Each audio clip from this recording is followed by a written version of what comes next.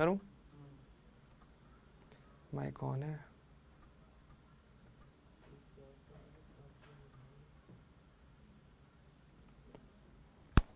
Hello everyone, कैसे हो सभी लोग? मैं हूं आपका वास्तव भैया और आप सभी का स्वागत है रैंक प्लस पे। तो बच्चों, हमारा चैप्टर चल रहा है विलियन और आज इसका हमारा लेक्चर नंबर 6 जो है आज हम कवर करने वाले हैं, ठीक है। लेकिन देखो, आज के लेक्चर में अगर देखा जाए तो देखो, अभी तक वैसे हमने अणुसंख्या गुणधर्म हमने पढ़ना स्टार्ट किया था और हमने टोटल 3 अणुसंख्या गुणधर्म अभी तक हमने कंप्लीट पढ़ लिए हैं। लेकिन आज हम बात करने वाले हमारे चौथे नंबर का जो लास्ट हमारा अणुसंख्या गुणधर्म है, परासरण दाब के बारे में आज हम बात करने वाले हैं, ठीक है। ओके, देखो ये वाला पार्ट थोड़ा सा थियोरेटिकल पार्ट ज़्यादा रहता है, बेसिक सा फॉर्मूला आता है और इसमें अनुप्रयोग इससे काफ़ी इंपॉर्टेंट है। तो उसके जो थियोरेटिकल पार्ट है उसको हम अच्छे तरीके से कवर करेंगे, ठीक है। और एक एक चीज़ को आपको बहुत ध्यान से सुनना और समझना रहेगा, ठीक। लेकिन उससे पहले मैंने आपको कल एक क्वेश्चन दिया था, तो सबसे पहले आप में लोग या पहले मुझे बताइए कि आप में से कितने बच्चों ने इस सवाल का जवाब निकाला है। क्योंकि सवाल काफ़ी अच्छा था, मैंने आपको लास्ट टाइम दिया था कि आपको ये क्वेश्चन है तो इसका आपको आंसर बताना था। ओके, इंटीजर बेस्ड एक क्वेश्चन दिया था, तो फटाफट से यार इसका आंसर पर पहले मुझे बता दीजिए कि इसका आंसर क्या रहने वाला है, उसी के बाद हम जो है आगे बढ़ पाएंगे। ओके, जल्दी से बताओ भाई। तो क्वेश्चन मैं पढ़ देता हूँ, ओके, फिर आई होप फिर भी हमने आंसर तो निकाला होगा, तब तक आप मुझे कमेंट करके बताओ। एक मैं क्वेश्चन पढ़ के बता देता हूँ।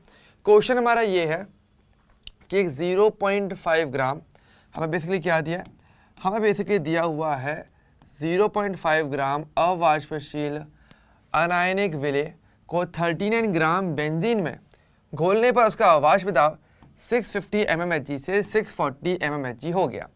तो इस विलेय को बेंजीन में मिलाने के उपरांत बेंजीन के हिमांक का अवनमन आपको केल्विन में ज्ञात करना है। ये बेसिक हमारा टास्क है, ठीक है। और कुछ डाटा में भी देखो हमें दिया हुआ है, हमें बेसिकली यहाँ पर बेंजीन का मोलर द्रव्यमान दिया हुआ है 78 ग्राम पर मोल और बेंजीन का मोलर अवनमन स्थिरांक दिया हुआ है 5.12 किलो केल्विन मोल इनवर्स, ठीक है। तो आपको इस सवाल का जवाब देना था। ओके, तो पहले तो मुझे भाई आप ही लोग बताइए कि भाई अगर सॉल्व किया भी है कि नहीं किया। पहले तो मुझे ये बताओ, चलो सॉल्व करना छोड़ो, पहले तो मुझे ये बताओ, मुझे डाउट है कि ये क्वेश्चन बाद में पढ़ा था घर पे जाके या नहीं पढ़ा था, या ये कर रहे हो कि भाई क्लास में जवाब तो देते नहीं हो और पता नहीं पढ़ रहे हो नहीं पढ़ रहे हैं। तो मुझे पहले कमेंट करके बता दो कि हाँ भैया ये किया है हमने, कुछ इसका आंसर निकाला तो है, सही गलत जो भी निकाला हो पहले तो मुझे कमेंट करके बताइए। ओके, और ये भी बता दो भाई आवाज़ सही से आ रही है कि नहीं आ रही है, जल्दी से बताओ, जल्दी से फटाफट से। पहले मुझे यहाँ पे कमेंट चाहिए कि हाँ भैया ये इसका आंसर है, या हमने ट्राई किया था या हमसे नहीं हो पाया, वो भी चलेगा। ओके, मैं ये नहीं कहता कि सारे क्वेश्चन आप एक ही बार में कर लो, ऐसा कोई ज़रूरी नहीं है, लेकिन यह है कि एटलीस्ट ट्राई आपने किया ना, देखो ट्राई करोगे तो कर पाओगे ना। तब एक उम्मीद है कि अच्छा कुछ तो सोचा, कोई इक्का दुक्का कोई फॉर्मूला लगा के देखा था, या कुछ भी नहीं किया। एक तो ये होता है कि चलो हमने कुछ भी नहीं किया, हम सीधे सीधे मना कर रहे हैं, तो ये भी बोल दो कि भाई ये हमने सोचना छोड़ दिया था, मतलब हमने ये क्वेश्चन देखा ही नहीं, क्लास के बाद हमने कल पढ़ा ही नहीं था, ये भी कमेंट कर दो, चल जाएगा। ओके, लेकिन ये नहीं कि मतलब एकदम भूतों की तरह बैठे रहते हो, इसका नहीं चलता। चलिए बताइए भाई जल्दी से इसका आंसर क्या होने वाला है, फटाफट से बताओ। ओके, चलो ठीक है, कोई बात नहीं, मैं इसका आंसर बताता हूँ। काफ़ी सिंपल सा क्वेश्चन था, बहुत इजी क्वेश्चन था। क्वेश्चन हमारे पास ये था कि आपके पास एक अवाष्पशील विलेय का 1 ग्राम मात्रा आपको दी हुई है और आपको विलायक कौन है, बेंजीन है, और दिख भी रहा है 39 ग्राम है, तो विलायक यही हो जाएगा। उसको जैसे ही मिक्स किया गया तो देखो वाष्प इतने से इतना कम हुआ, तो वाष्प में अवनमन हो रहा है, और इसके अलावा आपको हिमांक में अवनमन आपको ज्ञात करना है। तो एक वैल्यू दी हुई है, एक से कुछ दूसरी वैल्यू निकालनी है। हमें प्रॉब्लम कहाँ पर आएगी, देखो अगर मुझे हिमांक में अवनमन का निकालना भी होता तो सोच के देखो, अगर मान लो मैं डायरेक्टली हिमांक में अवनमन का फॉर्मूला लगाऊं तो वो क्या होता आपका, वो आपका होता KF × M होता, सॉरी KBM, सॉरी हाँ सॉरी KF ही होता। डेल्टा TF निकालना पड़ता ना हिमांक में अवनमन के लिए, हमें चाहिए होता डेल्टा TF चाहिए होता, जो कि मेरे पास KFM हो जाता, ठीक है। KF की वैल्यू की बात करें तो KF की वैल्यू क्वेश्चन में दी हुई है, M है हमारी मोललता। अब पॉइंट है कि भाई मोललता को कैसे ज्ञात करते हो, है ना। तो देखो अगर मुझे मोललता चाहिए तो KF तो दिया हुआ है, मोललता कैसे ज्ञात करोगे, मोललता क्या होता है मेरे पास, वो होता है आपका विलेय का भार अपॉन में क्या हो जाएगा मेरा विलेय का मोलर द्रव्यमान इनटू में विलायक का भार। और अगर इनकेस अगर 1 ग्राम में दिया हुआ है तो ऊपर आपको 1000 से गुणा करना पड़ता था, जो कि हमारा बेसिक फॉर्मूला था। अगर क्वेश्चन में देखा जाए तो हमारे पास देखो कुछ चीज़ें दी हुई हैं, KF तो मैं दिया ही हुआ है, इसकी एडिक नहीं है, मैं KF की वैल्यू तो रख सकते हो। विलेय का भार देखो वो हमें क्वेश्चन में दिया हुआ है ना, क्वेश्चन में यहाँ पे दिया हुआ, ये रहा लिखा भी हुआ है 0.5 ग्राम अवाष्पशील अनायनिक विलेय, यानी विलेय का बार आपको दिया हुआ है, तो ये आपको ऑलरेडी गिवन है, ठीक है। विलेय का मोलर द्रव्यमान ये हमें नहीं पता, ये क्वेश्चन में नहीं बोला गया, क्योंकि हमें विलेय के बारे में नहीं पता, हमें बस ये पता है कि कोई अवाष्पशील अनायनिक विलेय है, लेकिन कौन सा है, क्या उसका फॉर्मूला हमें पता नहीं है, क्योंकि फॉर्मूला पता होता विलेय का तो हम आराम से कर सकते थे, पर चलो वो तो दिया नहीं, चलो वो देखेंगे कैसे निकाला जाएगा। विलायक का बारे में दिया हुआ है 39 ग्राम बेंजीन है, जो कि विलायक है हमारा, ठीक है, तो ये भी हमें क्वेश्चन में दिया हुआ है। तो अब मेरे पास एक टास्क पहले बच जाता है कि पहले मुझे किसी भी तरीके से इस विलेय का मोलर द्रव्यमान ज्ञात करना पड़ेगा, और इस एक सिंगल चीज को ज्ञात करके मैं इसको यहाँ रखूंगा तो मोललता मिलेगी, और मोललता का KF से गुणा कर दूंगा तो डेल्टा TF यानी हिमांक में अवनमन भी आपको मिल जाएगा। बहुत ही बेसिक बात है ना। अब पॉइंट आता है भाई ये पता कैसे चलेगा, तो देखो हमें यहाँ पे एक बात और बताई गई, हमें देखो वाष्प दाब में अवनमन दिखाया गया है कि पहले 650 था जो विलायक था, जैसे ही विलेय को मिला दिया तो 640 हो गया, तो इससे मैं कहीं ना कहीं वाष्प दाब में अपेक्षिक अवनमन का जो फॉर्मूला था उससे मैं विलेय का जो मोलर द्रव्यमान है वो ज्ञात कर सकता हूँ। कैसे, आगे देखो हम जानते हैं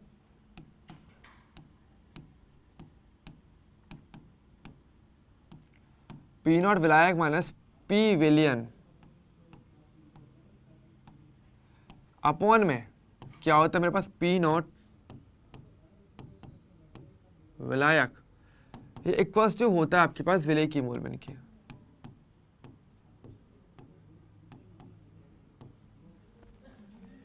ये विलेय की मोल बन के बराबर होता है, ठीक है। और ये कैसे निकलता है देखो, विलेय की मोल बन क्या होती है मेरे पास, वो इक्वल्स जो होता है आपके पास विलेय के मोल अपॉन में विलेय प्लस विलायक के मोल, ठीक है। वही वाली बात है। तो सबसे पहले हम क्या करेंगे, हम यहाँ से मोल भी निकाल सकते हैं, मोल बिन से या फिर हम चाहे सीधे सीधे विलेय के मोल भी निकाल सकते हैं, है ना। हमें क्या करना पड़ेगा, पहले हम विलेय के मोल पर ज्ञात करेंगे, और तो देखो विलायक के मोल आप निकाल सकते हो कि विलायक की देखो ग्राम मात्रा दी हुई है, बेंजीन दिया हुआ है, तो इससे आपका इस वैल्यू को तो आप फाइंड आउट इजीली कर सकते हो, ये पता चल जाएगा। और इस पूरे फॉर्मूले का यूज करके आपको ये पता चल जाएगा, तो मैं क्या यहाँ से विलेय के मोल नहीं निकाल सकता, और विलेय के मोल का फायदा हुआ क्या कि n विलेय वो क्या होगा, विलेय का ग्राम में भार अपॉन में क्या हो जाएगा विलेय का मोलर द्रव्यमान, और विलेय का ग्राम में भार क्वेश्चन में अगेन दिया हुआ है 0.5 ग्राम का, और ये जो है असल में मेरा क्वेश्चन है, ठीक। तो हमें यहाँ तक जाना पड़ेगा दरअसल, और यहाँ पर फिर मुझे विलेय का मोलर द्रव्यमान ज्ञात हो जाएगा। विलेय का मोलर द्रव्यमान ज्ञात करके यहाँ रखना, मोललता मिलेगी, मोललता का KF से गुणा करके आपको डेल्टा TF मिल जाएगा। ओके, तो ये था बेसिकली हमारा क्वेश्चन। ओके, और मैं देख पा रहा हूँ कोई कमेंट नहीं किया गया, मतलब कि किसी ने भी ये क्वेश्चन नहीं किया है, लगता है ट्राई ही नहीं किया गया जैसे, है ना भाई। ये तो बता दे करो कम से कम किया है नहीं किया है, या फिर मुझे ही चेक करवाना पड़ेगा आगे से। हाँ, या थोड़ी ईमानदारी दिखाओगे नहीं दिखाओगे, हाँ, या इसी तरीके से क्लासेस चलेंगी। देखो भाई इस तरीके से अगर पढ़ने वाले हो तो नीट भूल जाना एक बार के लिए। ओके, बहुत ही क्लियर बात है, क्योंकि आप केवल बायो से या केवल फिजिक्स से तो निकाल नहीं सकते। अगली बात, अगर एक पूरा सब्जेक्ट अगर आप स्किप कर रहे हो तो यानी 180 नंबर आप पहले ही छोड़ चुके हो, और 180 नंबर पे तो कुछ मिलता ही नहीं, वैसे भी 180 नंबर क्लियरली आपने छोड़ दिए। और ये भी गारंटी नहीं है कि भाई बायो में और फिजिक्स में आप सारे के सारे कर लोगे बिना किसी नेगेटिव के। नंबर वहाँ भी कहीं ना कहीं कट होते हैं, कोई ना कोई क्वेश्चन आएगा जो वहाँ पे भी छूटेगा। तो क्या आप केवल 2 सब्जेक्ट से और किसी एक चीज़ को स्किप करके कर सकते हो? भाई उससे नहीं होता है, जवाब देना पड़ेगा, क्योंकि मैं देखता हूँ कोई जवाब नहीं आता है। ऐसा नहीं चलेगा भाई, ऐसा नहीं चलेगा। ओके, तो भाई थोड़ा सा ध्यान से पढ़ लो, समझ लो तरीके से, अभी भी मौका है, दे रहा हूँ, चांस दे रहा हूँ, कर लो, ये नहीं कि बाद में कोई बोले चीज़, ठीक है।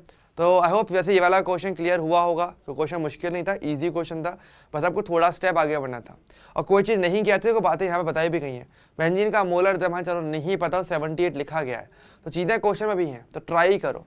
ओके, चले तो स्टार्ट करते हैं। जो हमारा आज का टॉपिक हम स्टार्ट करते हैं। आज बेसिकली हम क्या पढ़ने वाले हैं, आज हम पढ़ने वाले हैं परासरण और परासरण दाब के बारे में, और एक हम पढ़ने वाले हैं व्युत्क्रम परासरण के बारे में। ओके, अब पॉइंट पहले तो ये आता है कि भाई हमारे पास सबसे पहला सवाल तो ये है कि भैया परासरण परासरण दाब से पहले ये तो बताओ परासरण होता क्या है। पहले बेसिक डेफिनेशन की बात करते हैं, राइट। पहले हम क्या सीखेंगे, सबसे पहले हम देखेंगे थोड़ा सा हमारा जो बेसिक डेफिनेशन है। पहले हम परासरण के बारे में थोड़ा समझते हैं कि परासरण होता क्या है हमारे पास। देखो इसके बहुत ही सिंपल से एग्जांपल पहले देता हूँ, थोड़ा आपको आइडिया क्लियर हो जाएगा कि परासरण होता है क्या है कि देखो, जैसे आप कभी अगर सब्जी लेने जाते हो, है ना, या फिर अगर किसी मंदिर अगर जाते हो, फूल अगर लेने जाते हो, तो आपको पता है कई बार क्या होता है कि आप गुजरते हो तो क्या होता है कि वहाँ पे फूल या आपके जो फल हैं, जो भी सब्जियां हैं, वो सूखी रहती हैं सब्जी वाले के पास या फूल वाले के पास। लेकिन जैसे वो फूल वाला उस पर पानी थोड़ा छिड़क देता है, या सब्जी वाला उस पर पानी छिड़कता है सब्जियों के ऊपर, तो क्या होता है कुछ टाइम बाद देखते हो कि सब्जियां वापस खिल जाती हैं, वापस ताज़ा हो जाती है, यही होता है। और या फिर आप देखते हो, एक आइडिया और देता हूँ जो घर पे भी ट्राई कर सकते हो, कि जैसे अगर आपने 1 गिलास पानी लिया और रात में आपको पता है क्या करते हो, अगर रात में किशमिश भिगो देते हो तो क्या होता है सुबह देखते हो किशमिश फूल जाती है ना। तो ये घटना क्यों होती है, तो ऐसा क्यों हो पाता है, तो एक्चुअल में होता है यहाँ पर ये मोटा मोटा कि आपको पता है किशमिश वाला एग्जाम्पल से सभी को पता है कि जो जल जो था, जिस जल में आपने किशमिश को डुबोया था, वो जो जल था, वो जो पानी था, वो किशमिश के अंदर चला जाता है, जिससे कि वो किशमिश फूल जाती है ना। यही घटना तो हुई है। तो असल में देखो हुआ क्या है, इसको थोड़ा मैं अच्छे तरीके से बताऊं तो होता असल में ये है कि जो जल है वो क्या करता है, वो देखो किशमिश क्या होती है, किशमिश की जो परत है, उसकी जो लेयर है, वो अर्धपारगम्य झिल्ली होती है, मतलब कि एक ऐसी झिल्ली होती है, बहुत ही पतली सी झिल्ली होती है, बहुत ही पतली लेयर होती है, जिसमें कुछ कण आपके एक जगह से दूसरी जगह जो है स्थानांतरित हो सकते हैं, ठीक है। तो ऐसे में क्या होगा, जो जल है वो अर्धपारगम्य झिल्ली द्वारा बाहर से अंदर की ओर चला जाता है, जैसे कि किशमिश आपकी फूल जाती है। अब ये परासरण होता है। तो परासरण की एक्चुअल डेफिनेशन क्या होती है, डेफिनेशन ये होती है, तो जैसे कि अगर बात करेंगे तो देखो, अब इसको तो मैं थोड़ा सा और एक अच्छे तरीके से बताता हूँ, फिर डेफिनेशन बताएंगे, है ना। तो जैसे कि मान लो आपने एक बीकर लिया, ये एक बीकर है, ठीक है, एक हमने क्या लिया, एक बीकर लिया। चलो इसको मैं अलग पेज से बना दूँ, अच्छा रहेगा और साफ साफ दिखेगा।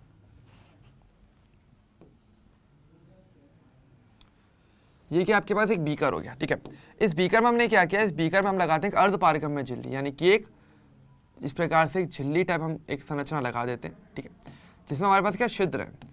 अब देखो अर्धपारगम्य झिल्ली की खास बात कहते हैं, बिल्कुल नाम के अकॉर्डिंग अर्धपारगम्य झिल्ली, मतलब आधे कणों को तो आर पार करवा सकती है, कुछ को करवाएगी कुछ को नहीं करवाएगी। कैसे, वो डिपेंड करता है इसके छिद्र के आकार पे। छिद्र का आकार अगर छोटा हुआ तो ऑब्वियसली बात है इससे बड़े आकार के कण तो आर पार नहीं जा पाएंगे, लेकिन छिद्र के आकार से छोटे आकार के जो कण है वो आर पार जा सकते हैं। तो इस चीज को अर्धपारगम्य झिल्ली कहते हैं। आधे कणों को आर या पार जाने देती है, आधा को जाने नहीं देगी, डिपेंडिंग इस छिद्र का आकार कितना है, ठीक है। तो ये हमने क्या लगा दिया, हमारा अर्धपारगम्य झिल्ली।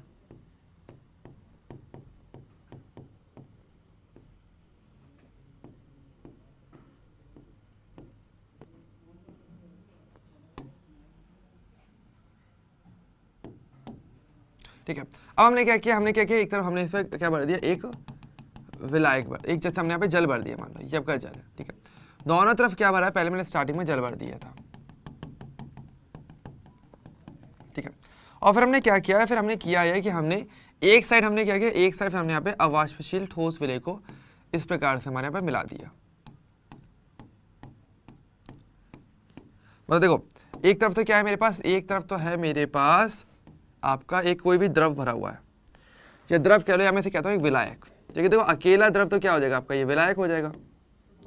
तो ये बेसिकली क्या है, एक तरफ आपने द्रव विलायक आपने भरा हुआ है, और एक तरफ हमने क्या किया, एक तरफ आपने यहाँ पे एक पूरा ये क्या बना लिया, एक विलियन आपने बना लिया, विलियन आपने बना लिया, ठीक है। अगर देखो इसके अंदर हमारे पास विलय भी है और मेरे पास विलायक दोनों ही रहने वाला है, और दोनों तरफ देखो सेम विलायक है मेरे पास, ठीक है। तो ये जो पीला कलर है ये तो आपका क्या हो जाएगा, आपका द्रव विलायक, ठीक है। और इसके अलावा ये क्या है आपका ये आपका विलय हो जाएगा। अब देखो होता क्या है, तो यहाँ पर घटना असल में ये देखने को मिलती है कि देखो हमने क्या किया, एक तरफ मैंने विलायक रखा, एक तरफ मैंने एक विलियन बना लिया, यानी इसमें विलय भी हमने मिक्स कर दिया, ठोस विलय को, और दोनों को अर्धपारगम्य झिल्ली द्वारा हमने अलग अलग कर दिया। तो असल में देखने को ये मिलता है कि आपके पास जो विलायक के जो कण होते हैं वो कम सांद्रता से अधिक सांद्रता की ओर जाते हैं। मतलब कि होता क्या है, अब देखो परासरण में क्या होता है, परासरण में कुछ ऐसा होगा कि आपके पास ये जो विलायक के कण हैं ये आपके लेफ्ट से राइट जाने की कोशिश करेंगे, यहाँ से यहाँ जाएंगे, ठीक है। जिससे क्या हो जाएगी, इसका जो लेवल है वो आपका थोड़ा सा बढ़ जाएगा, क्योंकि यहाँ पे विलायक के कण आ जाएंगे, ठीक है। तो इस घटना को क्या बोलेगा, परासरण कहते हैं। तो परासरण में क्या होता है, जो विलायक के कण है वो अर्धपारगम्य झिल्ली द्वारा विलयन की ओर जाने की कोशिश करते हैं, ठीक है।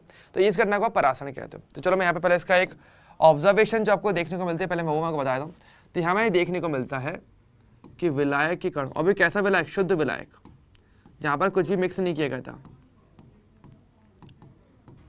कि शुद्ध विलायक के कण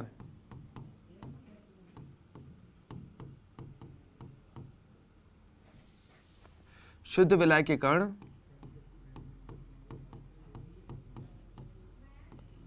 अर्धपारगम्य झिल्ली द्वारा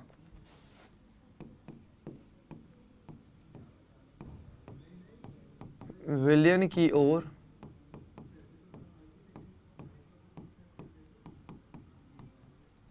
गमन करते हैं।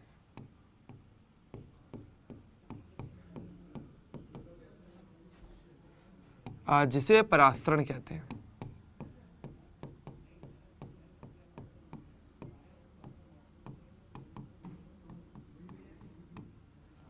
जिसे परास्तरण कहते हैं। तो ये क्या है, बेसिकली आपका परास्तरण कहलाया जाता है। ठीक है, अब देखो इसको थोड़ा सा और, अब तो देखो ये जो लैंग्वेज है अब तो थोड़ी नॉर्मल लैंग्वेज हो गई। अब इसको हम थोड़ा सा और केमिस्ट्री के हिसाब से थोड़ा सा साइंटिफिक वे में बोलते हैं। देखो अगर देखा जाए एक विलायक और एक आपके विलय में फर्क क्या होता है, इनमें एक्चुअल फर्क आता है आपके विलय का, कि देखो हमारे पास यहाँ पे विलय था, यहाँ पे विलय नहीं था। अब ऐसे फर्क क्या पड़ेगा, देखो समझो, होता हमारे पास ये है कि असल में देखो यहाँ पर क्या है, सांद्रता है, मतलब ऑब्वियसली बात है यहाँ पर कुछ विलय का लगा तो यहाँ पे जो सांद्रता होगी, जो विलय की मात्रा होगी वो विलायक की तुलना में ज़्यादा होगी, है ना। या फिर मान लो अगर मैं यहाँ पर भी अगर विलय मिक्स कर देता तो भी अगर देखा है तो एक जगह सांद्रता कम है, एक तरफ सांद्रता ज़्यादा है। तो होता असल में यह है कि जो विलायक के कण है वो टेक्निकली क्या होता है कि आपके कम सांद्रता से अधिक सांद्रता की ओर जाते हैं।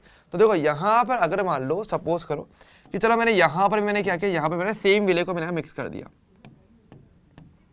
ठीक है। अब तो यहाँ पर भी विलय है, यहाँ पे विलय है, दोनों ही मेरे विलयन हो गए, है ना। लेकिन हम क्या बोलेंगे, हम ये कहते हैं कि एक तरफ सांद्रता कम है और एक तरफ मेरे पास सांद्रता ज़्यादा है। तो यहाँ पर हम ये कहते हैं कि हमारे पास यहाँ पर तो क्या है आपके पास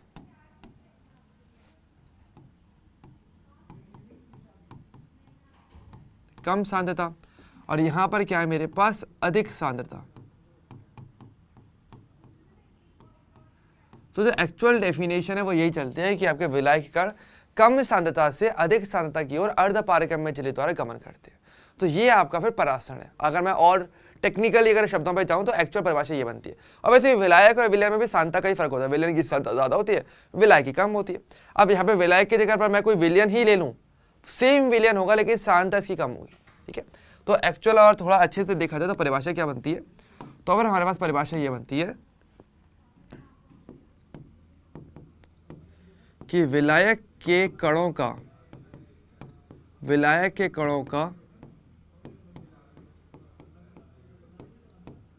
कम सांद्रता से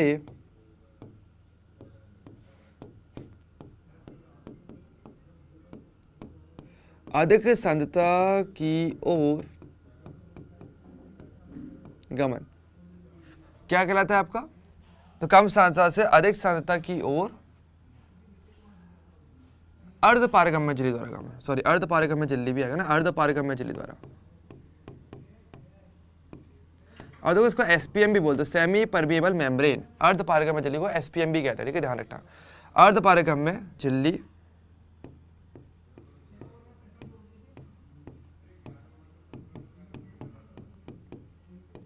द्वारा गमन क्या कहलाता है आपका, परासरण कहलाता है।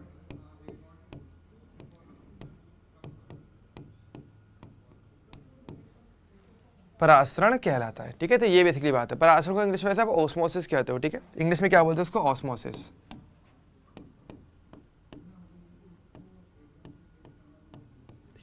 इसको बेसिकली आप ऑस्मोसिस कहते हो, ठीक है। तो पहली बात हमारी यहाँ पर आती है कि परासरण क्या होता है, ठीक है, क्लियर है। तो देखो अब यहाँ पर हमारे पास कुछ पॉइंट भी निकाले के आते हैं जो आपको जरूर ध्यान रखने चाहिए। अगर मैं आप एक नोट लिखाना चाहूँ तो मैं एक नोट भी आपको इस प्रकार से लिखा सकता हूँ कि देखो अगर हम बात करेंगे परासरण के लिए तो यहाँ पे कभी कंफ्यूज मत होना। परासरण में क्या होता है, पहली बात तो गमन किसका होता है, आपके विलायक के कणों का, विलायक के कण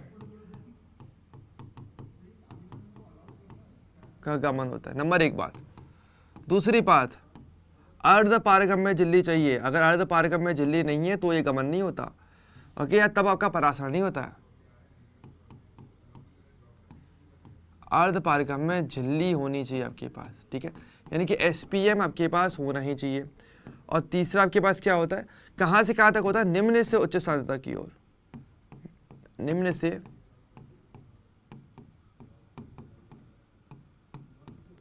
उच्च सांद्रता की ओर आपका ये जो गमन है ये आपको देखने को मिल जाता है। ठीक है, तो ये पहले आपको कुछ पॉइंट्स, ये तीनों पॉइंट्स आपको ध्यान रखने चाहिए। अगर एक भी पॉइंट की कमी हुई तो उसका पराशर की कैटेगरी में नहीं डालोगे। ठीक है, अच्छा एक चीज़ और आती है तो ध्यान रखना थोड़ा सा कि देखो हमारे पास दो अभी हमें कुछ क्वेश्चन और बनते हैं। कैसे कैसे, देखो पराशर में हमने क्या बोला, विलय के कणों का गमन होता है, लेकिन विलय के कण गमन क्यों नहीं करते? क्योंकि विलय के कण का जो आकार होता है ना, वो इस अर्धपारक में झिल्ली के जो छिद्र हैं उनके आकार से बड़ा होता है। अब ऑब्वियसली बात है भाई, अगर एक दरवाजा है जैसे कमरे का, तो उसमें से यार आप तो गुजर सकते हो कि आपका आकार उस कमरे के आकार से छोटा है, उस दरवाजे के आकार से छोटा है। लेकिन अगर बोलो कि उस कमरे के दरवाजे से हाथी को गुजारना है तो वो तो नहीं हो पाएगा, है ना। तो वही वाली बात है। तो विलय के कण का आकार अर्धपारक में झिल्ली के जो छिद्र हैं उससे बड़ा होता है, जिस कारण से विलय इसमें गमन नहीं कर सकता। केवल विलय के कारण ही आपके लेफ्ट से राइट या राइट से लेफ्ट, निम्न से उच्च स्थान तक की ओर ओवरऑल गमन कर पाते हैं। ठीक, तो ये ध्यान रखना। तो नोट में ये बात ध्यान रखना है अपने को थोड़ा सा कि विलय के कणों का आकार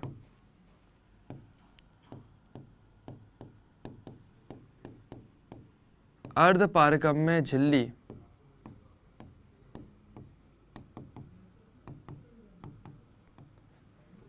के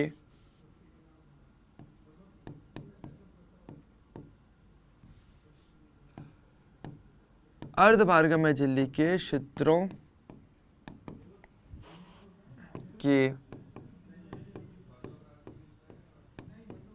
आकार से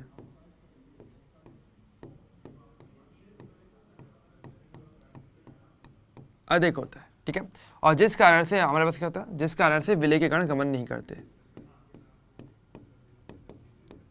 जिस कारण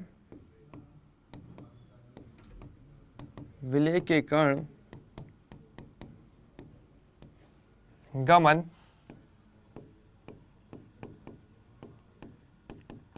नहीं करते। ठीक है, ये थोड़ा सा अपने को ध्यान रखना चाहिए। ठीक है, अच्छा अब देखो इसके वैसे सिमिलर एक परिभाषा और भी होती है। एक तो हमारा परासरण होता है और एक हमारे पास विसरण भी होता है। विसरण भी चलो फटाफट से यहीं कहीं क्लियर कर लेते हैं और फिर परासरण के बाद हम समझेंगे परासरण दाब क्या होता है फिर। ठीक है, परासरण तो समझ में आ गया। ठीक है, अब देखो एक परिभाषा और सिमिलर आती है, वो होती है विसरण। विसरण क्या होता है? विसरण बेसिकली होता है नॉर्मली आपका जो फैलाव होता है। जैसे कि आपको पता है विसरण का बहुत सिंपल सा है कि हमारे पास जैसे परफ्यूम होता है। अब परफ्यूम अगर आपने अपने ऊपर अगर छिड़का है तो क्या होगा, उसके जो कण होते हैं, गैस के कण, वो ऑटोमेटिकली आपके सभी ओर फैलने की कोशिश करते हैं। यानी कि जहाँ पर कण नहीं थे वहाँ पर जाने की कोशिश करते हैं। यानी कि उच्च सांद्रता जहाँ पे कण की ज़्यादा मात्रा थी, यानी हमारे पास से निम्न सांद्रता मतलब और पूरी जगहों पर बिखेरने की कोशिश करते हैं। तो विसरण में क्या होता है कि कणों का उच्च सांद्रता से निम्न सांद्रता की ओर जो गमन होता है, इसमें आपको कोई अर्धपारगम्य में नहीं चाहिए, कुछ नहीं चाहिए, सिंपल जो गमन होता है वही आपका विसरण कहलाता है। ठीक है, तो एक हमारे पास वर्ड आता है विसरण, जो अगर डिफ्यूजन होता है, ये क्या होता है आपका, ये आपका होता है कि गैस के कणों का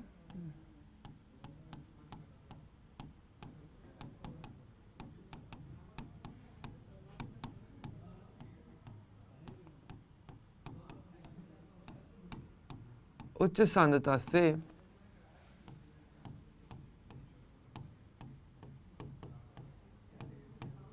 निम्न सांद्रता की ओर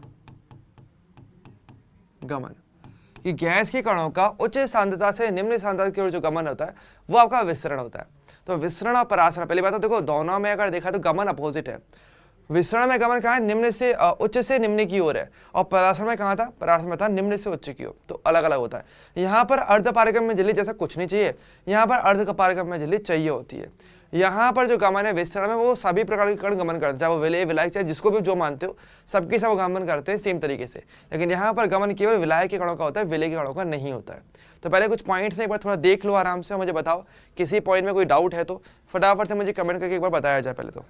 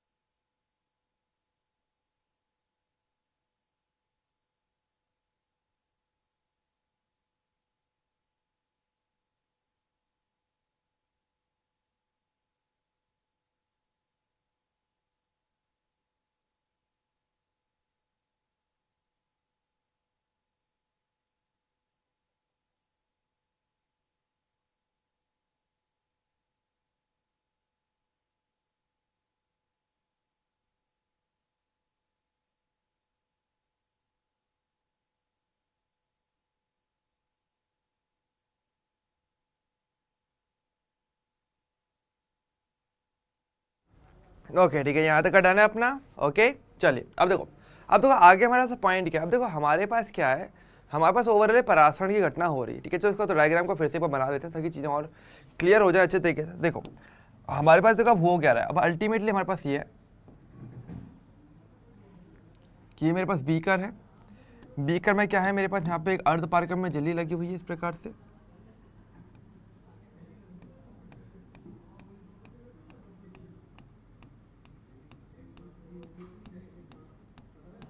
ठीक है। अर्धपारगम में झिल्ली, ये क्या होगी मेरी एसपीएम। अब यहाँ पर हमने क्या भरा हुआ है, देखो एक तरफ तो मैंने भरा हुआ है, देखो दोनों तरफ मैंने पे विलयन भरा हुआ है, ठीक है। बस ये फर्क है कि भाई एक की सांद्रता ज़्यादा है, एक की सांद्रता हमारे पास कम है, तो दोनों तरफ बिल्कुल सेम विलयन भरा जाएगा, सेम विलय है, सेम ही मेरा विलायक है। और बस एक तरफ क्या है, यहाँ पे सांद्रता ज़्यादा है, एक तरफ से मैंने क्या ली, सांद्रता ज़्यादा ले ली। तो ये तो क्या हो जाएगी मेरे पास उच्च सांद्रता, ठीक है। और एक तरफ क्या है मेरे पास निम्न सांद्रता है, यहां पर क्या है मेरे पास आपकी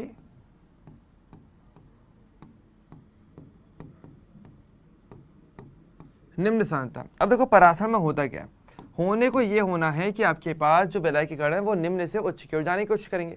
लेकिन मैं अगर कुछ चाहूँ, कुछ तरीके करूँ तो इसको रोका जा सकता है। कैसे, अगर मान लो मैं यहाँ पे अलग से अगर मैंने दाब लगाना स्टार्ट किया, तो दाब लगाऊंगा तो क्या होगा, कहीं ना कहीं ये दाब क्या करेगा, यहाँ से कणों को आने से रोकने की कोशिश करेगा, ठीक है।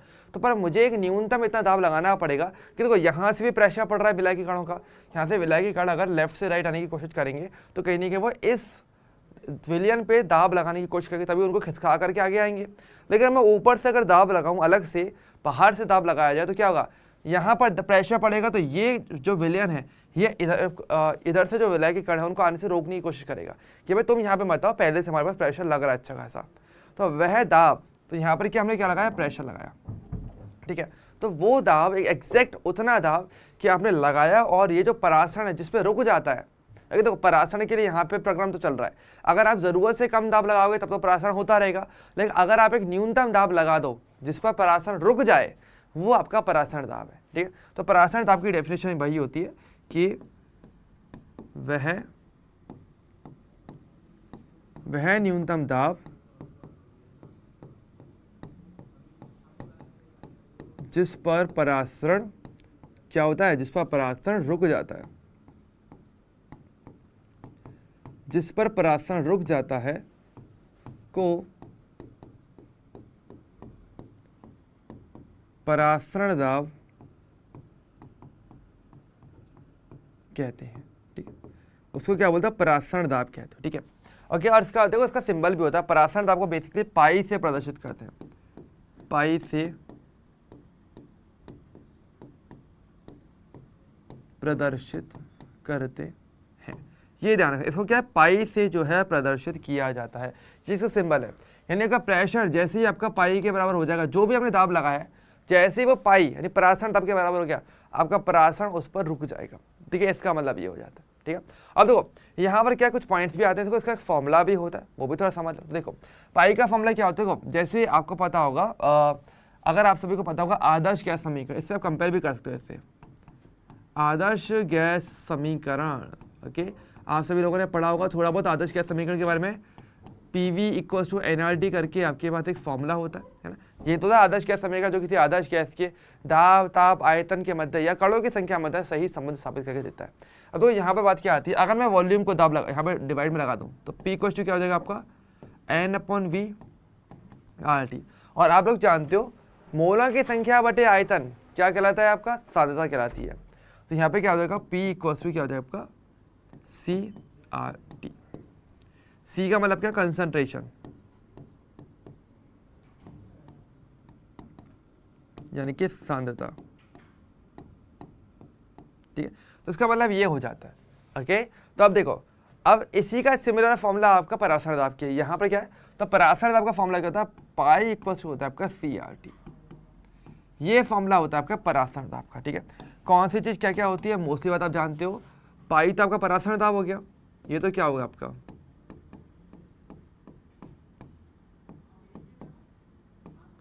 परासरण दाब, C क्या है आपकी सांद्रता, ठीक है। आर क्या है मेरा, आर है मेरा गैस स्थिरांक,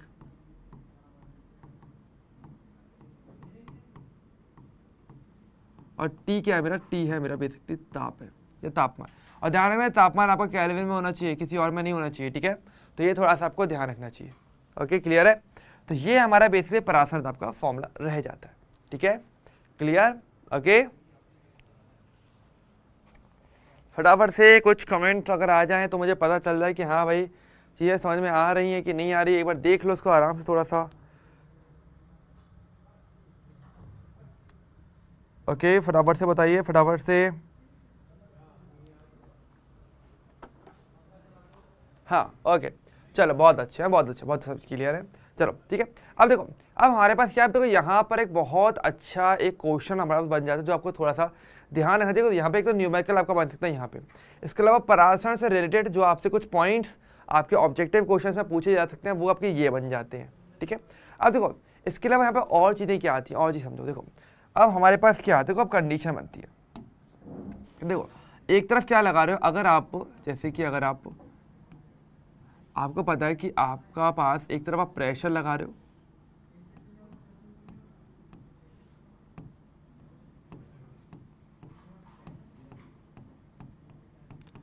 मान लो कि आप विलयन की सतह पर दाब P लगा रहे हो, ठीक है, तथा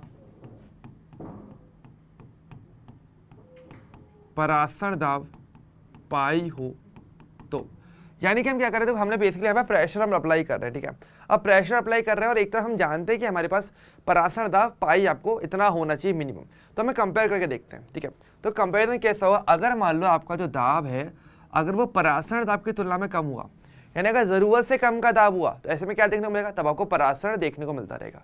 तो ऐसे में क्या होगा, तो ऐसे में आपको पराशरण देखने को मिलेगा, पराशरण देखने को मिलेगा। और आपके पास मतलब कि जो विलय के कण है वो कहाँ से कहाँ गमन करेंगे, निम्न से उच्च स्थान तक की ओर उनका गमन रहेगा। यानी कि यहाँ पर क्या देखने को मिलेगा, विलायक कहाँ से कहाँ तक गमन करेगा, आपका विलायक बेसिकली गमन करेगा आपका निम्न से उच्च सांद्रता की ओर, विलायक आपका लगातार गमन करता रहेगा, ठीक है। लेकिन अगर आपका दाब एग्जैक्टली पराशरण दाब के बराबर हो जाए तो यहाँ पर क्या होगा, आपका पराशरण रुक जाएगा, पराशरण क्या हो जाता है, रुक जाएगा, ठीक है। और अब क्या होगा, अभी कोई विलायक, अभी कोई गमन नहीं होगा, कोई गमन नहीं होगा। ऐसी स्थिति में किसी भी प्रकार का गमन देखने को नहीं मिलता है, ठीक है, जो जहां पर था वहीं की वहीं रहता है। और अगर आपका दाब इस पराशरण दाब से ज्यादा होगा तब क्या होगा, तो मतलब आपने ज्यादा दाब लगा दिया, मतलब यहाँ पर हमने क्या कर दिया, इधर ज्यादा प्रेशर लगा, जरूरत से ज्यादा, पराशरण दाब से ज्यादा, तो क्या होगा, अब विलय के कण उच्च से निम्न की ओर जाने की कोशिश करें, क्योंकि ये बोलेंगे भाई हमारे ऊपर तो बहुत ज़्यादा प्रेशर लग रहा है, तो भाई हमें अपनी तरफ आने की जगह दो, सिंपल सी बात है। तो ये यहाँ पर आने की कोशिश करेंगे, यानी उच्च से निम्न की ओर। विलय के कण अगेन गमन नहीं कर पाएंगे क्योंकि उनका आकार तो बड़ा है, तो विलय के कण ही उच्च से निम्न की ओर अब जाने की कोशिश करते हैं। तो यहाँ पर क्या होता है, तो ऐसे में क्या होता है, अब आपको इस घटना को वैसा बोलते हो व्युत्क्रम पराशरण।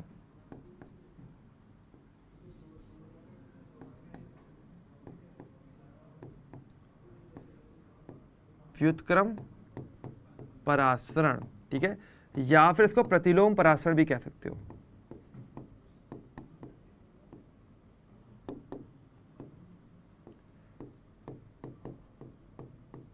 तो इसमें आपको क्या देखने को मिलेगा, यहां पर आपको देखने को मिलता है कि अब आपने इतना ज्यादा दाब लगा दिया कि विलय के कण अब उच्च से निम्न की ओर जाने की कोशिश करेंगे क्योंकि वहीं पे बहुत ज्यादा प्रेशर लग रहा होगा, ठीक है।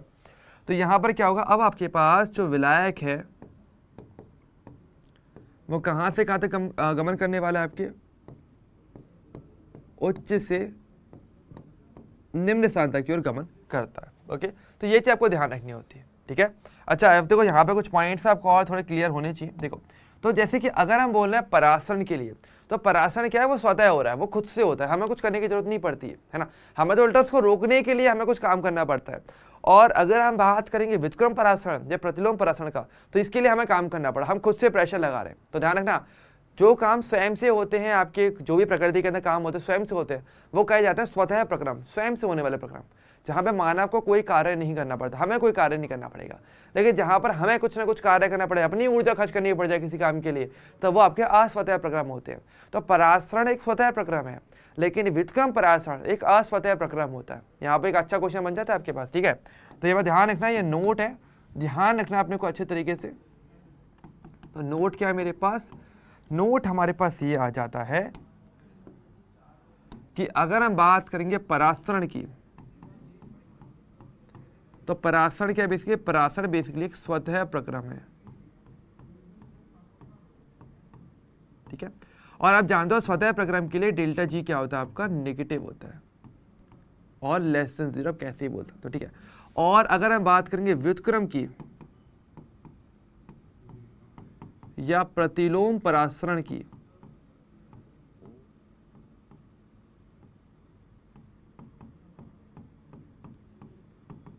तो ये कैसे, ये बेसिकली एक अस्वतः प्रक्रम है,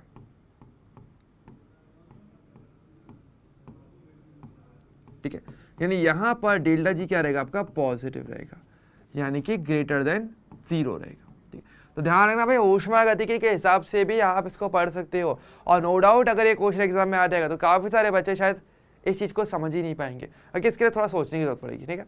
क्लियर है, इजी पार्ट है, कर सकते हो कि नहीं कर सकते हो फटाफट से मुझे कमेंट करके बता दिया करो भाई, एक बार तो बता दिया करो कि हाँ चलो समझ में आ रहा है, नहीं आ रहा है। हाँ जल्दी से फटाफट से मुझे बता दो, थम्स अप दिखा दो फटाफट से कि हाँ भैया यहाँ तक का क्लियर है या कहीं कोई डाउट है। तो ये बेसिकली हमने बात की थी कहाँ पे, अब तक तो हमने परासरण दाब भी हमने देख लिया, व्युत्क्रम परासरण क्या है वो भी हमने देख लिया। अब इस पर आधारित हमें कुछ और इसकी बातें भी करनी है, इसके अनुप्रयोग हमें देखने हैं, और इसके साथ ही इसके रिलेटेड कुछ और परिभाषा भी है, हमें उनको भी देखना है, जो अगेन काफ़ी अच्छा क्वेश्चन आपके एग्जाम के अंदर बना सकते हैं, ठीक है।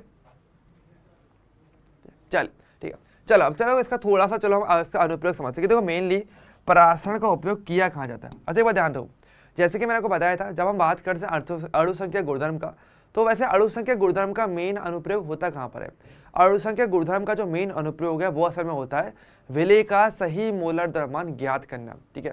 एक्जैक्टली हमारा टास्क हमारा वही रहता है कि हमारे पास अक्सर क्या है, विलेय के बारे में जानकारी नहीं रहती है, तो विलेय की सही जानकारी के लिए हमें उसका सही मोलर द्रव्यमान ज्ञात करना पड़ेगा। क्योंकि हर एक प्रकार के विलेय का यानी हर एक प्रकार की यौगिक का एक अलग मोलर द्रव्यमान हो ही जाता है। तो ऐसे में उसका एक्जैक्टली सही मोलर द्रव्यमान ज्ञात करना है तो आपको अणु संख्या गुणधर्मों की जरूरत पड़ती है, और जिसमें सबसे बेस्ट मेरा परासरण दाब ही होता है। तो ये थोड़ा ध्यान रखना, थोड़ा सा इंपॉर्टेंट पार्ट है। तो एक छोटा सा नोट पहले मैं यहाँ पे लिखवा देता हूँ, आपको शायद काम आएगा। इसका उपयोग क्या, देखो अणु संख्या गुणधर्मों का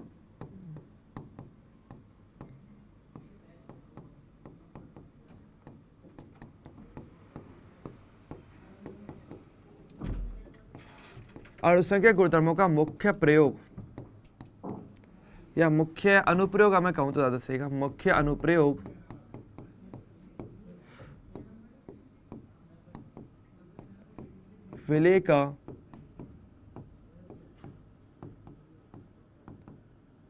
विलेय का मोलर द्रव्यमान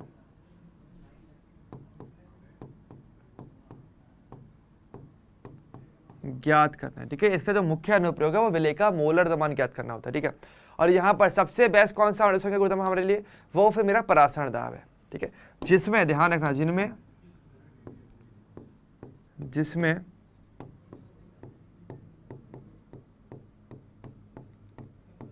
परासरण दाब सर्वोत्तम विधि है, यानी कि परासरण दाब के द्वारा अगर आप विलेय का मोलर द्रव्यमान ज्ञात कर रहे हो तो वो सबसे बढ़िया विधि है, ठीक है, वो सबसे बेस्ट है, ठीक है। अभी क्यों है बेस्ट, कैसे है, इसका हम थोड़ा सा चलो इस डिटेल में थोड़ा सा समझ लेते हैं, ठीक है। अब देखो समझो, यहाँ पर तो काफी सारे पॉइंट्स हैं जो आपके एग्जाम में आते हैं नो डाउट, और अच्छे क्वेश्चन बन जाते हैं, और अच्छे भी क्या मैं कहूँगा ज़्यादा ईजी। और एक होता है ना कि आप कहते हो कि फिजिकल केमिस्ट्री है भाई सॉल्यूशन, तो विलेन आपका फिजिकल केमिस्ट्री का चैप्टर है, तो भाई इसको आसान मतलब यहाँ से थ्योरी वाले क्वेश्चन कैसे आते हैं, तो वो यहाँ से आते हैं, इसलिए इसको थोड़ा सा अच्छे से समझना है अपने को, ठीक है। तो क्या क्या देखो हमारे पास ये है कि यह विधि प्रोटीनों, बहुलकों एवं अन्य बृहद अणुओं का मोलर द्रव्यमान ज्ञात करने की प्रचलित विधि है, सबसे बेस्ट है। यानी अगर आपको कभी भी बृहद आकार, बड़े आकार के जो कण हैं, अगर उनका अगर आपको मोलर द्रव्यमान ज्ञात करना है तो उसके लिए सबसे बेस्ट आपकी विधि कौन सी है, परासरण दाब है।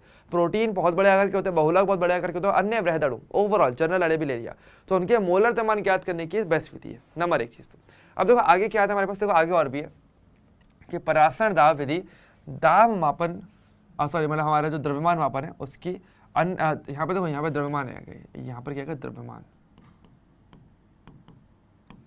द्रव्यमान मापन की अन्य विधियों से अधिक उपयोगी है, क्योंकि परासरण दाब मापन करने के लिए परासरण दाब मापन कमरे के ताप पर होता है एवं मोललता के साथ मोललता के स्थान पर मोलरता का उपयोग लिया जाता है। ये बात ध्यान रखना थोड़ा सा कि देखो अगर हम बात करें परासरण दाब तो ये एक ऐसी विधि है जिसको अगर आप यूज़ लेना है मोलर द्रव्यमान ज्ञात करने के लिए तो आपको कमरे के टेम्परेचर पे, रूम टेम्परेचर पे आप इस एक्सपेरिमेंट को आराम से कर सकते हो, ठीक है। और इसके अलावा अन्य जो आपके जो तरीके थे, जैसे कि आपके क्वथनांक में उन्नयन हुआ, हिमा में अवरण हो गया, परासरण आपका वाष्ता में अपेक्षित अवरण हो गया, उन समय कहीं ना कहीं आपकी मोलरता का उपयोग किया। दो में तो मोलरता का उपयोग वैसे ही होता है, ठीक है। और यहाँ पर हम क्या लेते हो, मोलरता का उपयोग लेते हो। और मोलरता के केस में मोलरता हमेशा अच्छे रिजल्ट भी देता है।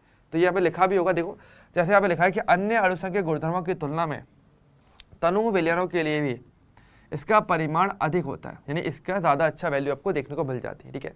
और ध्यान रखना कि विलय के मोलर द्रव्यमान ज्ञात करने की परासरण दाब की तकनीक विशेष रूप से जैव अणुओं के लिए उपयोगी है जो उच्चतम ताप पर सामान्यतः स्थायी नहीं होते हैं। यानी जो उच्च ताप पर जो जैव अणु टूट जाते हैं उनके लिए तो और बेस्ट है, क्योंकि वही वाली बात है ना कि अगर आपका विलय ही टूट गया तो फिर तो पूरा आपका जो विलय ही खत्म हो जाएगा, तो ऐसे में आप उसका मोलर द्रव्यमान ज्ञात करने का मतलब ही नहीं बन पाता।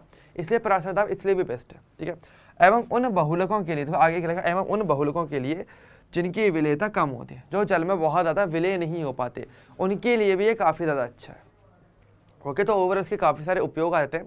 तो देखो यहाँ पे 2-3 पॉइंट्स हमारे पास निकल के आते हैं। नंबर 1 चीज़ कि हमारे पास एक तो बेस्ट विधि है आपके मोलर द्रव्यमान ज्ञात करने की। दूसरी बात, वृहद आकार के जो कण हैं, आपके वृहद आकार के जो भी अणु हैं, चाहे वो जैव अणु हो, चाहे वो आपका बहुलक हो, प्रोटीन हो, जो भी बड़े आकार के अणु हैं, उन सब के लिए बेस्ट है, नंबर 1। इसके अलावा क्या है हमारे पास, इसके अलावा ये है कि ये कमरे के ताप पर उपयोग में ली जाती है, इसलिए ये अच्छा रिजल्ट भी देती है। और मोलरता यहाँ पे उपयोग में ली जाती है बजाय मोललता के, ठीक है। क्योंकि आपको पता है जो सांद्रता है वो नॉर्मली हम मोलरता में लेके चलते हैं ना, तो यहाँ पे सांद्रता के तौर पे मोलरता का उपयोग करते हैं, मोललता का उपयोग नहीं करते, इसलिए इसके रिजल्ट अच्छे मिल जाते हैं। और इसके अलावा जो अणु उच्च ताप पर टूट जाते हैं या फिर जिनकी विलयता कम होती है, उनके लिए भी परासरण दाब की मदद से आप उनका अच्छे तरीके से मोलर द्रव्यमान ज्ञात कर सकते हो, ठीक है। तो जो भी मैंने बताया है, जो भी यहाँ पे लिखा हुआ है, इसको अच्छे तरीके से नोट जरूर करना, क्योंकि ये आपके एग्जाम में एक स्टेटमेंट वाला क्वेश्चन या एक simple theory based objective question आपको दे करके जाएगा, ठीक है। चलिए अब देखो हमारे पास क्या आता है, अब हमारे पास एक कुछ पॉइंट्स और आते हैं, कुछ परिभाषा हमारे पास आती हैं। अब देखो इनसे हमारे पास अब कुछ परिभाषा जुड़ी हुई रहती हैं, उसको आप थोड़ा सा और समझ लेते हैं। देखो परिभाषा क्या, पहली परिभाषा मेरे पास आती है समपरासारी की।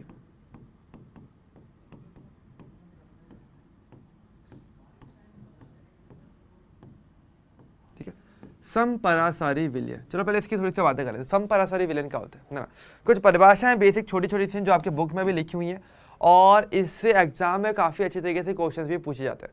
समपरासारी का मतलब क्या है, देखो बिल्कुल नाम के अकॉर्डिंग, सम का मतलब समान, परासारी मतलब कि परासरण दाब।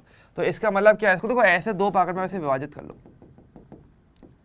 सम का मतलब तो क्या होगा, यहाँ पर समान की बात की जा रही है, और परासारी जो है ये बेसिकली आपके परासरण दाब को इंगित कर रहा है कहीं ना कहीं यहाँ पे।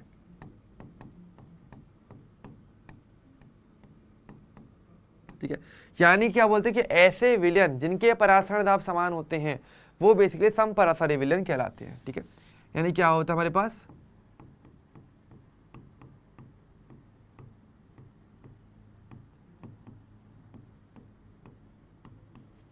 ऐसे विलयन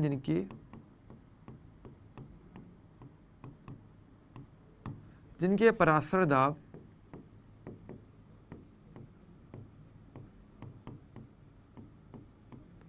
समान होते हैं। ठीक है, उनको आप क्या बोलते हो, समपरासारी विलयन आप कहते हो। ठीक है, यानी यहां पर क्या होता है, जैसे कि आपके पास ए एंड बी है, आपके पास दो विलयन है, चलो ऐसे अलग से लिख लेते हैं यहाँ पे, जैसे कि ए एंड बी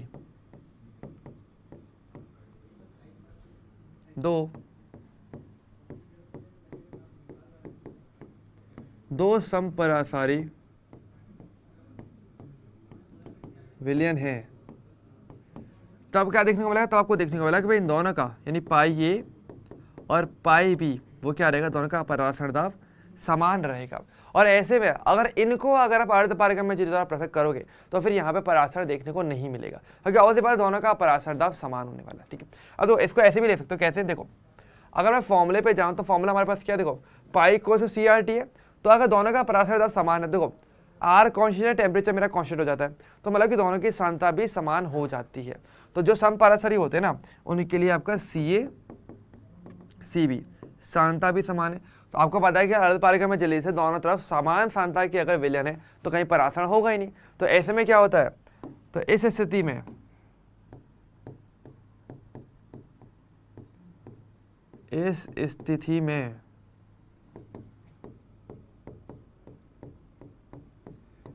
परासरण नहीं होता। इस स्थिति में क्या है, परासरण नहीं होता, क्योंकि दोनों तरफ की सांद्रता ही समान है। मतलब एक तरीके से मतलब दोनों तरफ बिल्कुल सेम विलयन भरे हुए हैं, कोई फर्क नहीं है। तो अगली बात है उनके परासरण दाब भी समान होंगे, कॉमन सेंस है। और परासरण दाब अगर समान हो गए तो ऐसे में क्या, कहीं कोई परासरण नहीं होता, वो आपके समपरासरी विलयन होते हैं। ठीक है, अच्छा लेकिन अगर मान लो कि भाई दोनों के परासरण दाब समान नहीं हुए तो मतलब एक की सांद्रता ज़्यादा है, एक की सांद्रता कम है, तब क्या कहोगे, तो परासरण होगा। अब वहाँ पे कुछ परिभाषाएं हमारे पास निकल के आती हैं, कैसे, देखो इसको जब मैं थोड़ा सा एक डायग्राम से बता दूँ फटाफट से, तो देखो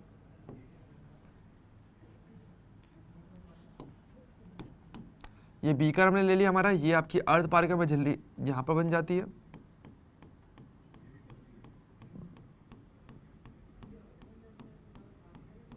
ठीक है, ये आपकी अर्धपारगम्य झिल्ली है।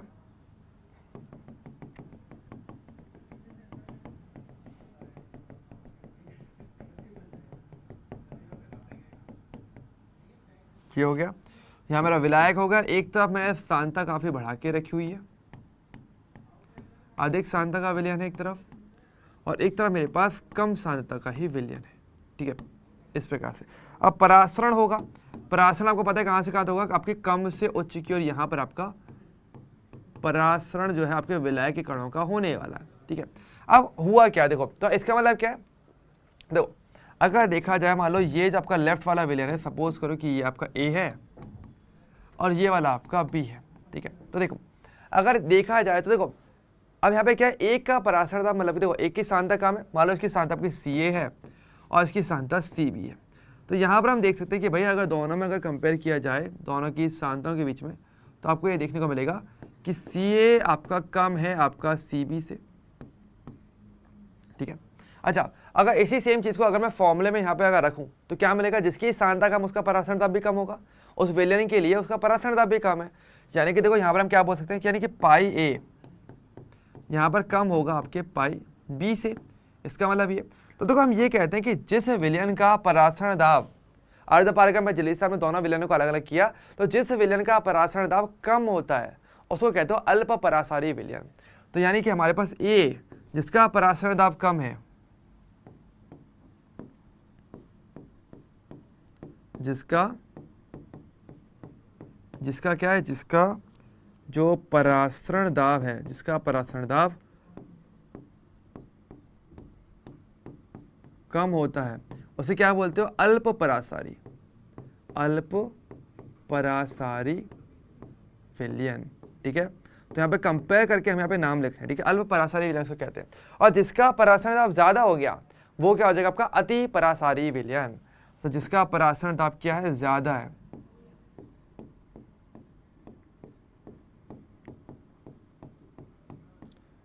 जिसका परासरण दाब क्या है आपका अधिक है,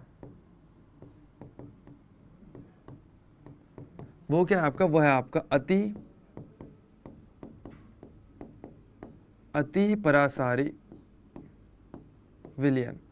वो बेसिकली आपका अति परासारी विलयन आपका कहलाता है। ठीक है, यानी कि ए यहाँ पे हमारे पास अल्प परासारी और ये हमारा अति परासारी। और यहाँ पे फिर हमारे पास एक बहुत अच्छा नोट आता है कि अगर आपसे रैंडमली पूछा जाए कि आपके पास परासरण कहाँ से कहाँ तक होता है, किस दिशा में होता है, तो आप या तो ये बोलोगे कि वो कम से उच्च सांद्रता की ओर होता है, या फिर अभी कहोगे कि आपके विलायक से विलयन की ओर होता है, ऐसे कह सकते हो। या फिर ये भी कह सकते हो कि आपके अल्प परासारी से अति परासारी की ओर आपका परासरण होता है, यानी कम परासरण वाले दाब वाले विलयन से अधिक परासरण दाब वाले विलयन की ओर परासरण होता है। तो ये भी एक परिभाषा परासरण की निकल के आती है, और ये थोड़ा सा ध्यान देने वाली बात है, काफ़ी बच्चे ये चीज़ नहीं जान पाते हैं और इससे गलती कर बैठते हैं। ठीक है। तो थोड़ा ध्यान से इसको लिखना भाई, अच्छे तरीके से नोट बनाओ तो इसको अच्छे से लिखना। तो अगर हम बात करेंगे परासरण की दिशा, तो ये ध्यान रखना परासरण की दिशा कहाँ से कहाँ तक होती है, ठीक है। तो कहाँ से कहाँ तक बन सकते हो, तीन प्रकार से, तीन चार तरीके से मैं ये बोल सकता हूँ। नंबर एक, हमारे विलायक, विलायक भी कैसे, मेरा शुद्ध विलायक, आपको ऐसे भी लिख सकते हैं, ठीक है। शुद्ध विलायक से जो आपका जो विलयन होगा वहां पे, क्योंकि ऑब्वियसली बात है विलायक की सांद्रता कम होती है, यानी कि कम सांद्रता से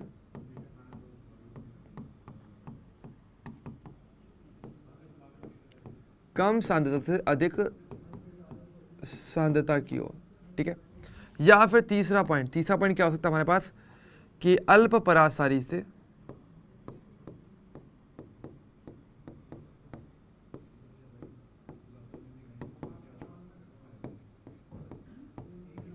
अति परासारी,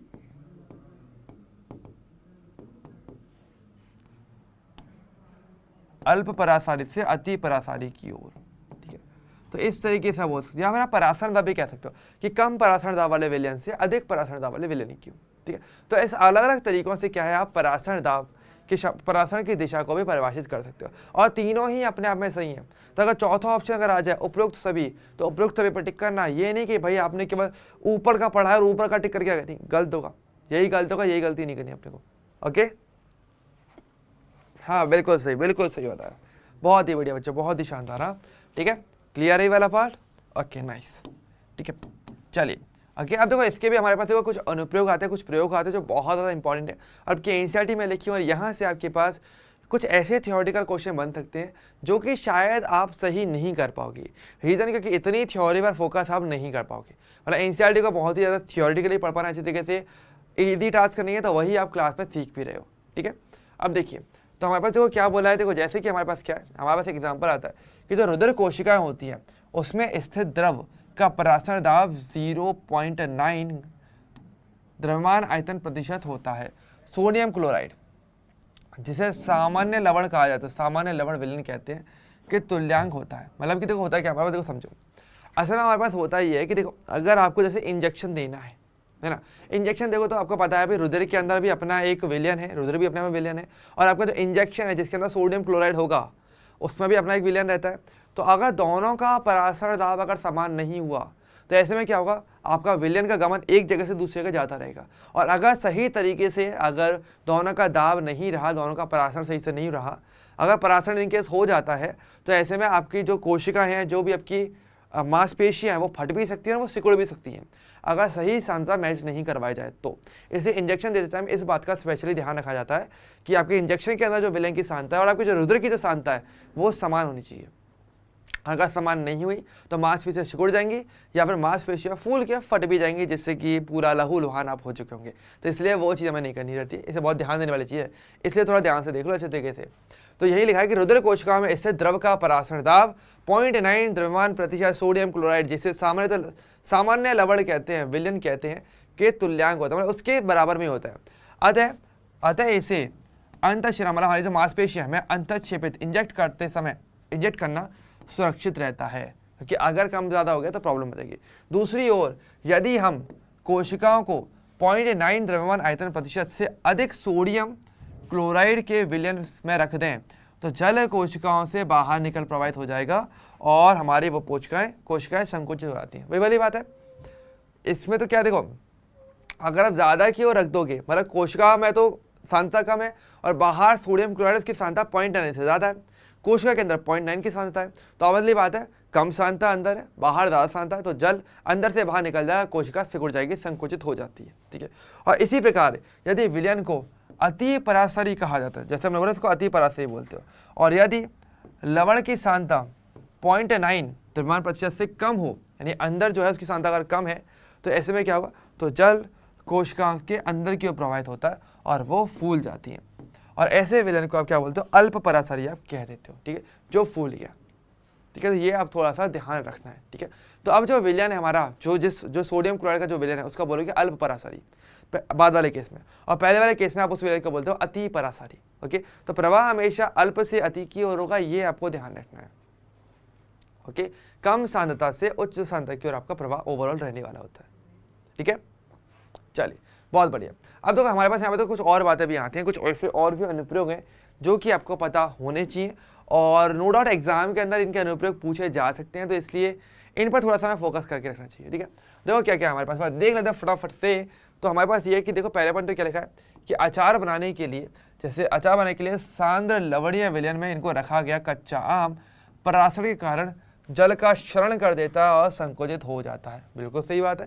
जैसे अगर आप अचार बनाते हो तो आपको जो कच्चा आम है वो आप कहाँ पे रखते हो, उसको आप एक लवणीय विलयन में उसको रख देते हो। ठीक है, उससे क्या होगा, अब देखो बाहर की सांद्रता ज़्यादा है, अंदर की सांद्रता कम हो जाएगी, तो अंदर का जो जल है वो कम सांद्रता से अधिक सांद्रता गिर जाएगा, तो आपका जो आम है वो आपका कच्चा आम का सिकुड़ जाएगा, जिससे आप इजीली अचार बना सकते हो। तो वही सेम तरीका अगर अचार बना रहे हो तो समझ जाना कि आप परासरण दाब का कॉन्सेप्ट का यूज़ करने वाले हो, परासरण का उपयोग करने वाले हो।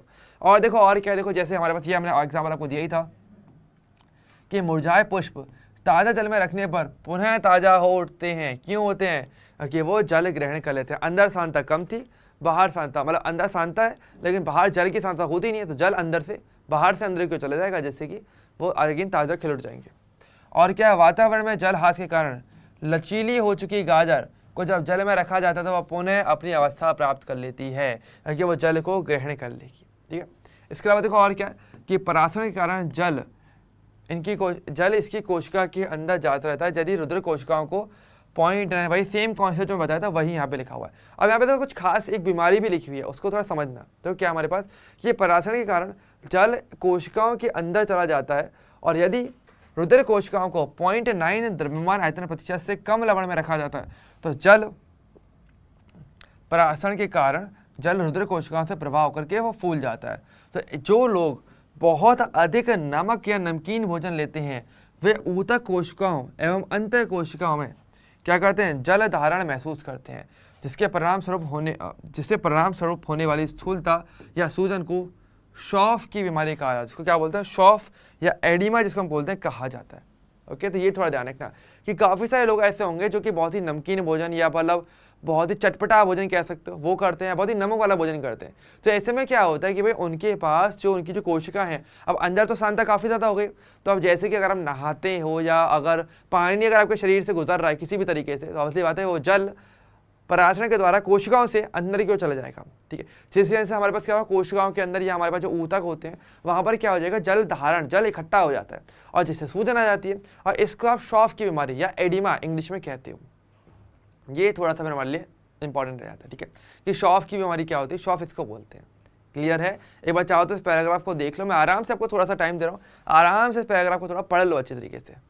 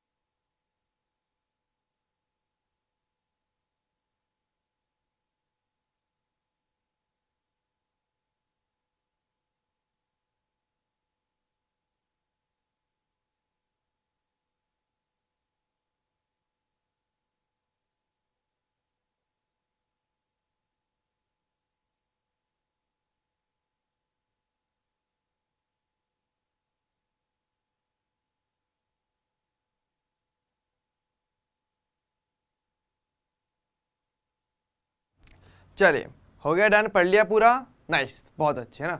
चलो अब देखो वैसे हमारे पास देखो और भाई सेम कुछ एग्जांपल्स और भी दिए हुए हैं, जैसे कि देखो एक एग्जांपल और पढ़ लो, चलो अच्छे तरीके से और चीज़ें क्लियर हो जाएंगी कि जैसे जल को मृदा से पौधों की जड़ों में और फिर पौधे के ऊपर के हिस्सों में पहुंचाना आंशिक रूप से परासरण के कारण ही होता है। ये तो परासरण के कारण क्या होता है, भाई वाली बात है, नीचे जल की सांद्रता कम है, ऊपर अगर देखा जाए तो वहाँ पे सांद्रता ज़्यादा रहेगी, तो आपका जल निम्न से उच्च की ओर ऊपर चढ़ना शुरू करता है, ठीक है। तो कहीं ना कहीं परासरण में उसका एक रीज़न थोड़ा सा बनता है।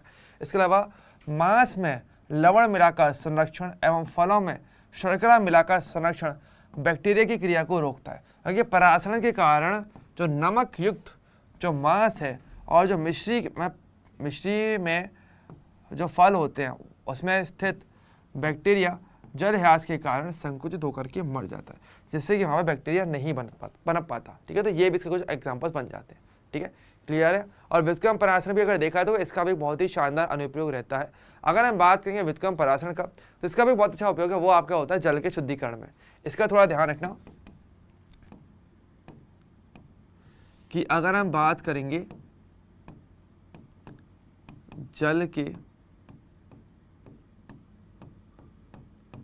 जल के शुद्धिकरण में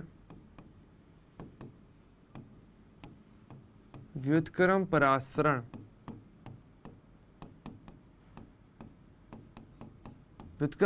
का उपयोग किया जाता है।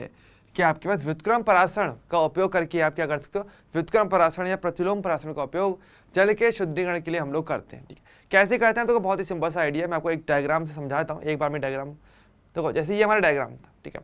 अब हमने क्या किया, तो एक तरफ से मैंने यहाँ पे क्या भर दिया, अशुद्ध जल भर दिया, क्योंकि अशुद्ध जल में क्या है, बहुत सारे विलेय पदार्थ जो है मिले हुए रहेंगे, तो वह अशुद्धि हो जाएंगे। अब यहाँ पर एक तरफ हमने क्या लिया, थोड़ा सा साफ पानी ले लिया, तो अगर मैं यहाँ पे परासरण दाब से ज़्यादा दाब लगाऊंगा तो क्या होगा, ये जो अशुद्ध जल के अंदर जो जल है वो क्या करेगा, वो अर्धपारगम्य जल द्वारा शुद्ध जल की ओर आना शुरू कर देगा, जैसे कि जल आपको ज़्यादा साफ मिल जाता है, शुद्ध जल आपको मिल जाता है। तो बस सिंपल सी बात है। तो चलो मैं इसको यहाँ पर लिख देता हूँ, आपके काम ही आ जाएगा, ठीक है। तो देखो यहाँ पर क्या बात है, बहुत ही सिंपल सी बात है कि व्युत्क्रम परासरण द्वारा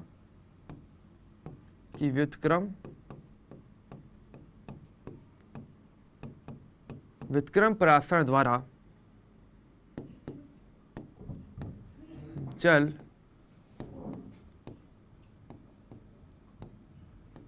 अशुद्ध जल से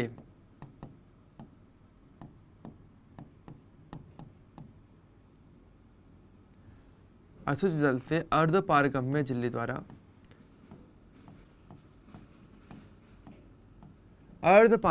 झिल्ली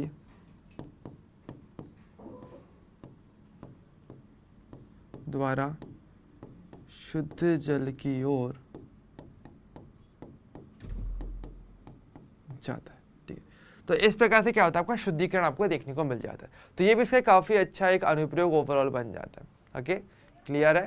ओके, चलिए अब तो अगर देखा जाए तो वैसे अब देखो हमारे पास वही वाली बात है, यहाँ पे लिखा हुआ है वही वाली बात है, ठीक है। तो मैं यहाँ पर थियोरेटिकली आपको लिखा हुआ तो आराम से चाहो तो उसको पढ़ सकते हो, वही सेम बात यहाँ पे लिखी हुई है, ठीक है। अच्छा, वैसे अगर कभी क्वेश्चन पूछा जाए कि जो अर्धपारगम्य झिल्ली है वो कौन से पदार्थ की बनी होती है, तो ध्यान रखना वो सेलुलोज एसीटेट की बनी होती है। और देखो ये भी मैं यहाँ पे पैराग्राफ में लिखा हुआ है, और ये सारे जो पैराग्राफ हैं एनसीईआरटी के पैराग्राफ हैं, इसलिए इनको थोड़ा सा अच्छे से पढ़ना चाहिए, ठीक है। तो देखो ये लिख रहा हूँ सेलुलोज एसीटेट, ये लिखा हुआ कि प्रतिलोम परासरण के लिए आवश्यक दाब बहुत अधिक होता है, इसके लिए उपयुक्त झिल्ली कौन सी है, सेलुलोज एसीटेट की फिल्म की बनी होती है, जिसे उपयुक्त आधार पर रखा जाता है, और उसी के द्वारा ही जब आप व्युत्क्रम परासरण करवा रहे हो, क्योंकि उसकी बात है यहाँ पर काफ़ी ज़्यादा दाब लगाने वाले हो, तो ऐसे के लिए आपकी झिल्ली काफ़ी स्ट्रांग होनी चाहिए, तो उसको सेलुलोज एसीटेट का बनाया जाता है, ठीक है। तो वही चीज़ यहाँ पे लिखो और यही लिखा है यहाँ पे, ठीक है। तो विलवणीकरण के लिए जैसे इसका उपयोग किया जाता है, तो वही सारी बातें यहाँ पे लिखी हुई हैं, और यहाँ पे कुछ भी नहीं है। तो आराम से छोटा मोटा पैराग्राफ है, ऐसे तो पढ़ दिया मैंने, एक बार आराम से आप भी इनकी रीडिंग थोड़ा सा अच्छे तरीके से लगाइएगा, ठीक है, क्लियर है। और देखो इसके अलावा देखो यहाँ पर आपके लिए क्वेश्चन भी आपके लिए मैं लेकर के आया हूँ, और इसको जरूर ट्राई करना। देखो 2 क्वेश्चन आपके लिए लाया हूँ, एक क्वेश्चन तो ये है, ठीक है, इसको ट्राई करना, ठीक है। और बहुत ही सिंपल सा क्वेश्चन है, आपके परासरण दाब निकालने का क्वेश्चन है, बस बेसिक सारा डाटा आपको यहाँ पे दिया हुआ है, केवल आपको सॉल्व करना है। जैसे क्वेश्चन क्या बताया था कि 300 केल्विन पर 300 ग्राम प्रति लीटर सांद्रता वाले ग्लूकोज के विलयन का परासरण दाब दिया हुआ है, और यदि इस ताप पर विलयन का परासरण दाब अगर 1.52 बार है तो सांद्रता क्या होगी। तो यानी तापमान थोड़ा सा बदल रहे हो और आपको फिर सांद्रता बताना पड़ेगा, ठीक है। That's it. मतलब अगर थोड़ा सा पराठन आप चेंज किया है तो सांता क्या नहीं निकल के आएगी। तो समझ गए कौन सा फॉर्मूला लगेगा। तो मतलब आपका फॉर्मूला लगाना पड़ेगा आपका π1/π2 इक्वल टू C1/C2। ऑब्वियसली बात है क्योंकि और जो चीज़ें वो तो कैंसिल हो जाएंगी, वैल्यू रखोगे एक बार में आंसर आपका आ जाएगा। तो इसको थोड़ा सा घर पे ट्राई करना अच्छे तरीके से, ठीक है। और एक ब्रेनस्टॉर्मिंग क्वेश्चन और आपके लिए मैं अलग से लेकर के आऊँ, और इसमें मैं चाहूँगा पूरे तरीके से आप ही को दिमाग लगाना है। ईजी क्वेश्चन है नो डाउट, और अच्छा एक सिंपल क्वेश्चन है, बस थोड़ा सा दिमाग लगाओगे ना तो अच्छे तरीके से इस क्वेश्चन को कर भी पाओगे, ठीक है। सो बच्चों अगर देखा जाए आज के सेशन में फिर मेरी तरफ से यही रहने वाला होगा, ठीक है। और पराशर दाब तक हमारा जो टॉपिक है वो पूरा हो जाता है, हमारे सारे अणुसंख्या गुणधर्म हमारे पूरे हो जाते हैं। अब नेक्स्ट लेक्चर में हम बात करने वाले हैं थोड़े से कुछ इंपॉर्टेंट टॉपिक जो हमारे पास है, वॉन्ट ऑफ गुणांक और हमारा असामान्य मोलर द्रव्यमान। इसके बारे में हम नेक्स्ट लेक्चर में यानी कल हम पढ़ने वाले हैं। तो मैं चाहूँगा कि यार कल कहीं ना कहीं चैप्टर हुआ कंप्लीट हो जाएगा थियोरटिकली, और एक सेशन और ले लेंगे जिसमें हम आराम से हमारे जो क्वेश्चन प्रैक्टिस है थोड़ा सा उसको भी हम कर लेंगे, ठीक है। लेकिन इस सेशन में हमारा यही रहने वाला है, ठीक है। और अब हम मिलेंगे कल नेक्स्ट सेशन में, तब तक के लिए bye bye and take care.